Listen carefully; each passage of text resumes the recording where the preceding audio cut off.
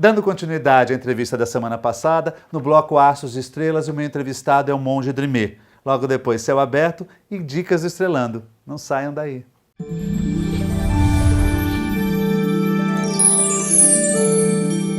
Dando continuidade ao segundo programa, com o monge Genkel Sandrimê, ele que é do signo de Aquário, tem a lua no signo de Libra e o ascendente em Capricórnio. Eu gostaria de saber, você deu uma palestra, que ministrou uma palestra, As 3 Determinações Poderosas, não é isso? Isso. Quais são as 3 determinações poderosas? Estou dando um furo de reportagem aqui com ele. Então, as 3 determinações poderosas, eu comecei então explicando para a plateia que existe uma diferença entre desejo e determinação. Certo. Então todos nós queremos várias coisas e muitas vezes esses desejos ficam perdidos no meio da nossa rotina. Uma determinação é algo diferente. É algo que você pensa, entende onde você quer chegar e direciona o seu dia a dia para aquele objetivo. Então a primeira determinação poderosa é: eu vou ser uma pessoa mais feliz. Então isso não é algo que você simplesmente deseja, porque todo mundo deseja ser feliz. Então você precisa pensar: como eu vou construir essa felicidade? E aí eu convido então as pessoas a refletirem sobre as consequências das suas ações. Ou seja, como você vai ser uma pessoa mais feliz agindo e falando de forma descuidada ou negativa. Então essa é a primeira. Construa a sua felicidade através de ações físicas e verbais positivas. Você não precisa de um orientador para isso? Lógico que precisa. Não é? O orientador para isso chama-se Ensinamentos de Buda, tomado como conselhos pessoais os aspectos mais filosóficos. Como eu conversei com você dos bastidores, às vezes a gente tem aquela sensação que está mordendo o próprio rabo o tempo todo, achando que está fazendo a coisa correta, né? E precisa de um orientador para que mostre para você: olha, não é bem essa forma que você vai conduzir que você vai chegar a uma felicidade plena, ou ser feliz. Isso. No budismo a gente chama esse orientador da sua sabedoria, a sua própria sabedoria. Então a gente pode falar para o público de uma maneira geral, de uma maneira bem simples. Meio que assim, você acha que você vai conseguir ser uma pessoa feliz agindo displicentemente ou prejudicialmente? Não, claro que não. Então, é que me parece que tem muitas pessoas que não têm consciência que está agindo de uma forma errada com o outro, né? Ela está vendo dela, o ego dela, e não está vendo que isto afeta o outro também. Né? E essa é a diferença do desejo e a determinação. Se você só deseja ser feliz e prejudica o outro, esse seu desejo nunca vai ser satisfeito. Entendi. Agora, se você se determina a ser realmente uma pessoa feliz, vem com isso o compromisso de você ter um pouco mais de conhecimento das suas atitudes e se determinar, como eu falei, determinação, a agir de forma diferente. Aí talvez a próxima pergunta que você me faça é assim: mas como agir de forma diferente não tendo pensamentos construtivos? Então essa é a segunda determinação. Vou ser mais construtivo, ou seja, vou, através da prática de meditação, gerar um autoconhecimento e ter uma atitude mental mais positiva, sem tanta cobiça, sem tanta maldade, sem tanto desprezo, sem tanta atitude autocentrada. Então, isso exige um certo autoconhecimento, né? Agora, o grande lance é que, assim, todos nós, e essa é a terceira determinação, vou ser mais humano, né? Todos nós seres humanos, temos a capacidade de nos reinventarmos. Por mais difícil que isso pareça, diferente dos animais, que podem no máximo ser treinados, nós podemos parar, pensar na consequência das nossas atitudes e simplesmente nos reprogramarmos. E a gente tem aí, eu acho que vários exemplos maravilhosos de humanos que se superaram para o bem e que se superaram para o mal. Então a gente tem, na vasta gama das mentes humanas, pessoas que nos mostram que a mente humana pode se tornar o que ela quiser. Extremamente sofrida, dolorida e maldosa, e extremamente feliz, serena e pacífica. Então, eu acho que ao observar a raça humana, nós podemos dizer que tipo de humano, que espécie de humano eu quero me tornar. Uma pessoa feliz, serena e construtiva, ou uma pessoa displicente, egoísta, que está simplesmente criando um mundo pior para si e para os outros. Então, se a gente entender isso, nós vamos entender que temos a possibilidade, através do treino da mente, e aí, de novo, os ensinamentos de Buda associados à meditação, permite esse trilhar interior que nos leva a linhas de pensamentos mais construtivos, que nos leva a atitudes mais acertadas. Essas são as 3 determinações: ser humano, construtivo e feliz, construindo um mundo feliz para si e para todos. E essa é uma questão que a gente tinha conversado nos bastidores e que eu realmente acredito. Se nós não construímos um mundo melhor para todos, não vai ter mundo melhor para ninguém. Eu tenho plena consciência disso. Verdade, verdade. Nesse processo de meditação, você precisa zerar tudo. Quando você está nessa meditação, tem que zerar a mente nesse momento? Perfeito. Ou ela tem que estar sempre em movimento, num pensamento? Isso. Eu acho avaliação. Que o tipo de meditação que a gente faz, na realidade, é uma meditação focada. Então, se você chama zerar, parar de prestar atenção em todos os outros fatores e focar no autoconhecimento, sim. Agora, nós sempre temos o que nós chamamos do objeto de meditação, que é essa determinação, esse sentimento, essa visão construtiva na qual nós nos concentramos a nível de sentimento mesmo, aqui no coração, onde está a nossa mente. Então, à medida que você se torna capaz de se concentrar nessa determinação, a gente fala muito isso no dia a dia, de coração, eu senti, eu estou sentindo. Então, na hora que você consegue suscitar e reter esse sentimento, naturalmente você transforma isso num bom hábito de vida. E eu posso te dizer que é verdadeiramente viciante você gostar de pensar, agir e falar com um coração em paz. Isso é inebriante, é espetacular. Lindo. Eu quero saber também a partir de que idade deve-se meditar no segundo bloco. Perfeito. Tá, voltamos já.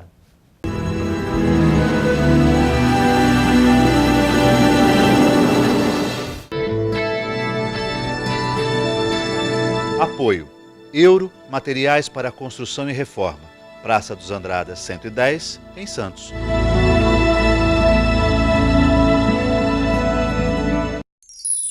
Comunicado. A Escola Santista de Astrologia está com inscrições abertas para os cursos regulares de formação em astrologia. Curso básico com turmas manhã, tarde e noite, interpretação de mapa astrológico, previsões e supervisão de mapas. A escola ainda oferece atendimento de mapas astrológicos e uma grande variedade de livros. Escola Santista de Astrologia, Rua Goitacazes, número 8. Telefone 3284-9714. Santos.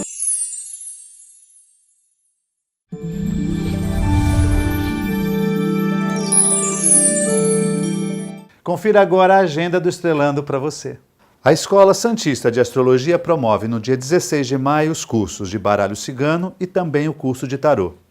No dia 8 de junho, a excursão para o fenômeno do algodão. E no dia 10 de junho, o workshop Fisiognomonia e Metafísica Taoísta. Informações 13 3284 9714. O sacerdote Evandro Osho promove os seguintes cursos: Ifá, módulos 1 e 2, Origem Ancestral, Medicina de Ifá, Magias Africanas. Informações 13 3345 8190. O Odudua, Templo dos Orixás, promove, dia 6 de agosto, o Festival de Xangô e Orixás Femininos. Os eventos acontecem no Templo Odudua, em Mongaguá. Informações 11 3862 9256. Olá pessoal, meu nome é Leandro Reck Gêmeo, eu sou especialista em fisiognomonia e metafísica taoísta e vou estar aí dia 10 de junho aplicando um curso de fisiognomonia, né? A arte da leitura do rosto aplicada à saúde, aplicada à empresa, aplicada a vários ramos da sua vida. Imagine só, você que tem uma empresa, poder utilizar melhor os seus funcionários e harmonizar essa empresa para que ela possa crescer, para que todos possam trabalhar em equipe, trabalhar de uma melhor maneira e conseguir fazer isso render. Saber quais são as características inatas dos seus funcionários, a sua própria característica e as características adquiridas. E como utilizar isso para o seu benefício, para que todos trabalhem em equipe, para que vocês rendam mais e para que isso tenha mais harmonia dentro da sua empresa, dentro da sua casa, em qualquer situação você pode estar utilizando isso. Então você que está interessado, não perca, dia 10 de junho eu vou estar aí em Santos aplicando esse curso de introdução à metafísica taoísta. Grande abraço a todos e até junho.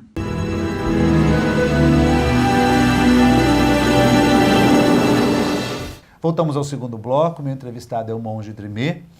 Monge, antes de você me responder a pergunta que eu te fiz no primeiro bloco, sobre a partir de que idade pode se iniciar uma meditação, você tem um renascimento aqui, né? Esse mapa astrológico, esses dados de nascimento que ele me forneceu, diz ele que é um nascimento físico, mas você tem um outro nascimento, né? Que é o surgimento do monge Dreamer. É isso. Sim, perfeito. Interessante. Isso até nos remete a uma questão muito importante. Muitas pessoas me perguntam, por que precisa trocar de nome? Porque, na realidade, se nós pensarmos, nomes são rótulos, né?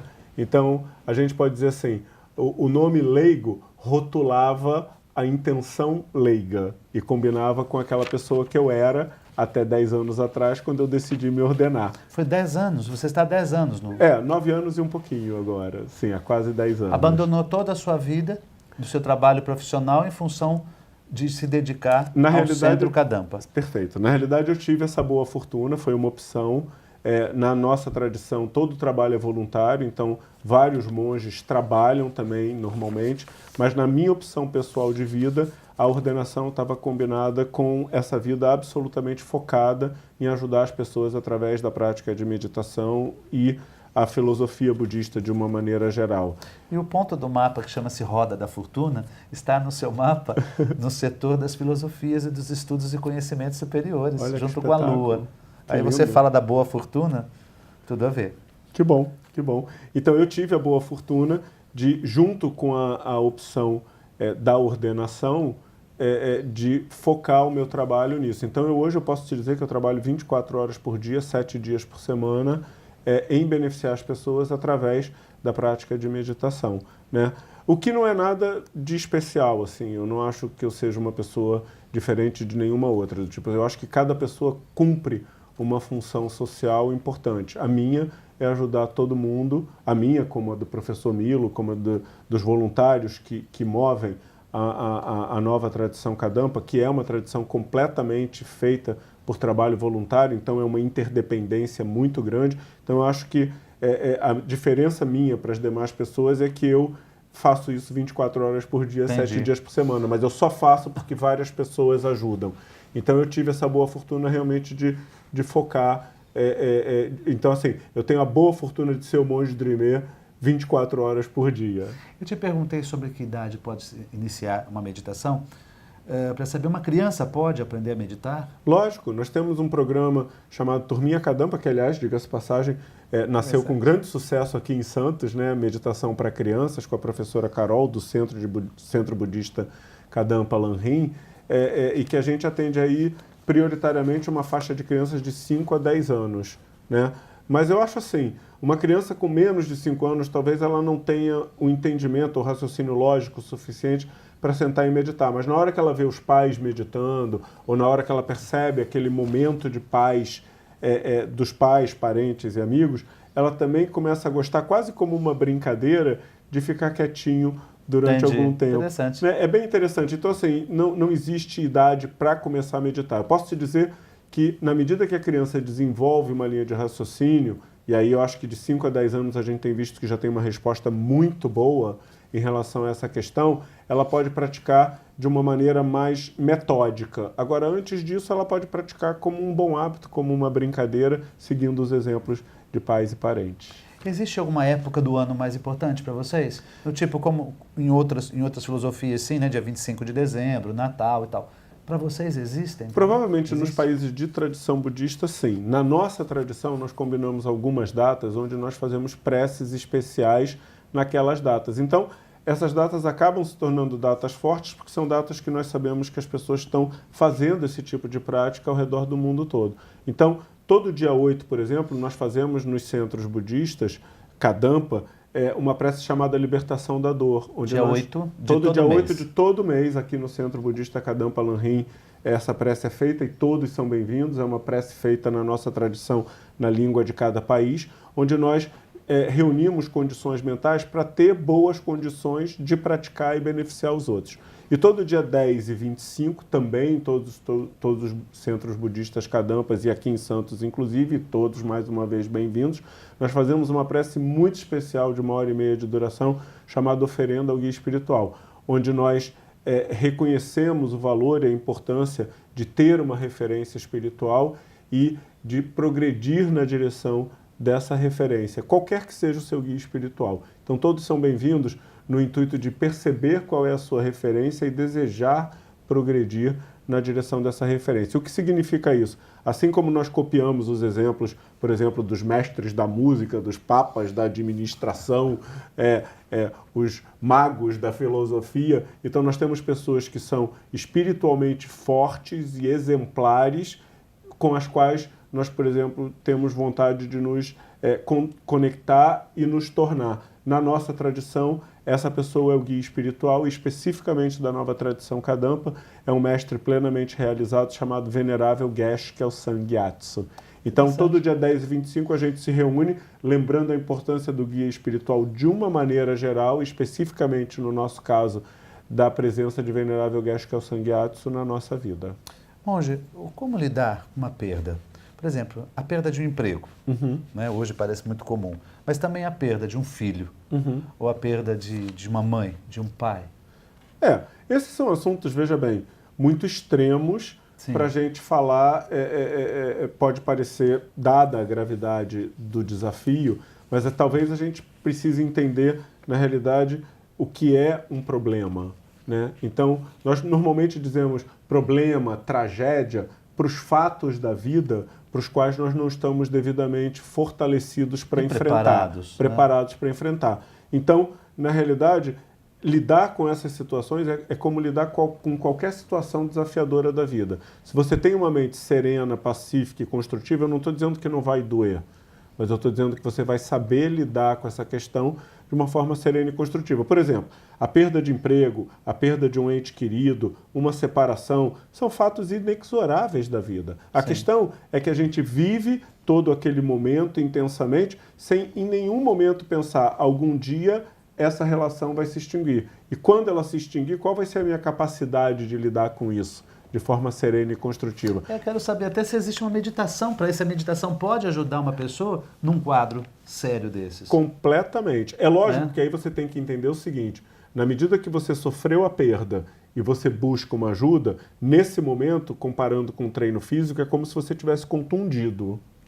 Então é muito mais importante que você medite e fortaleça a sua mente ao longo da vida. E aí isso vai ter uma outra relevância para você, né? Então, na hora que você tem uma perda desse porte, e se você nunca treinou a sua mente, possivelmente você vai ter mais dificuldade de encontrar na meditação um apoio para superar esse fato que já aconteceu. Agora, na medida que você medita e fortalece a sua mente ao longo do tempo, você entende que perda de emprego, separação e desafios da vida são fatos da vida. Sim. Nós chamamos normalmente de tragédias aqueles fatos da vida para os quais nós não estávamos espiritualmente ou mentalmente preparados ou fortes. Então, na hora que você tem uma vida espiritual, quer dizer, você treina a sua mente com meditação regularmente, todo dia com falhas, então quando essas coisas acontecem, a sua própria serenidade, a sua própria paz, a sua própria sabedoria vai te ajudar a lidar com isso de uma forma bem mais adequada. Interessante. Existe algo que você pode ensinar para o telespectador? Alguma meditação básica, rápida, fácil, que ele possa fazer em casa, sozinho? Lógico, e vai ser uma alegria. Na realidade, essa não é uma meditação do ponto estrito da palavra, mas é uma forma de nós acalmarmos a nossa mente. Então, nós podemos usar uma cadeira mesmo. O principal ponto é manter a coluna ereta, mas sem tensão. Podemos repousar as mãos sobre o colo, abaixar um pouquinho o queixo, respirar normalmente pelo nariz, se possível, com a boca fechada, e os olhos entreabertos ou suavemente fechados. E durante alguns segundos, talvez no máximo 1 minuto, nós podemos nos concentrar no ponto sutil que o ar provoca uma sensação ao entrar e sair das narinas. Então, se nós conseguirmos nos concentrar nesse ponto, nós vamos estar reduzindo a nossa atenção das coisas externas e vamos desenvolver um estado mental neutro, porque a respiração é um objeto neutro. É melhor ter um estado neutro do que ter um estado negativo. Sem pensar em nada nesse momento que estiver? Na realidade, o seu pensamento, a sua atenção tem que estar focada na sua respiração. Você só observa a sua respiração.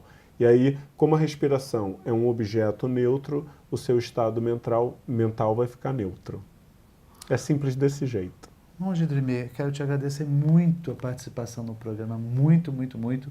Eu Adorei falar com você, Que bom, muito eu que obrigado agradeço por ter a dado a oportunidade. honra de estar no programa para a entrevista. É uma alegria e, como eu falei para vocês, nós sempre ficamos felizes em poder levar um pouco mais de paz e sabedoria para as pessoas. Eu que agradeço a oportunidade. Como eu posso saudá-lo?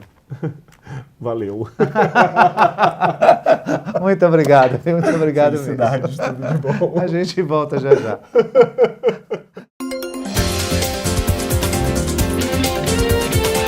A questão do comportamento ou da quebra do comportamento desejado dos condôminos, dos moradores daquele edifício, ela é tratada no regulamento interno.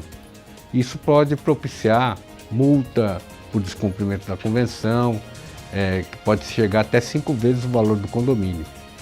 Mas o importante é saber o seguinte, desde que configurada a infração, é possível já enviar a multa junto com a cobrança do condomínio. A jurisprudência tem entendido que não se pode fazer isso, você tem que separar as coisas. Uma coisa é a obrigação condominial, que se vence a todo mês, e a outra coisa é você descumprir a parte da convenção. Nesse caso, você tem que comunicar aquele infrator, num primeiro momento. Se a infração for gravíssima e impedir com que as pessoas aproveitem o condomínio, poderá até ser aplicada de uma maneira direta, mas sempre vai ser submetida à Assembleia. Até a próxima.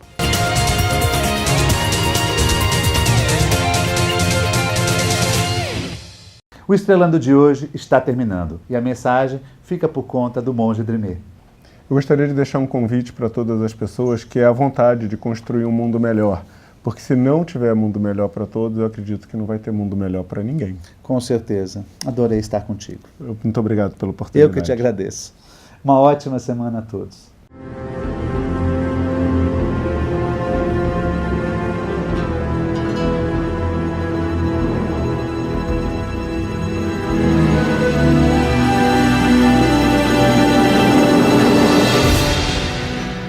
Sicom, a mão amiga no momento certo. Avenida Conselheiro Neves 472, telefone 33263083.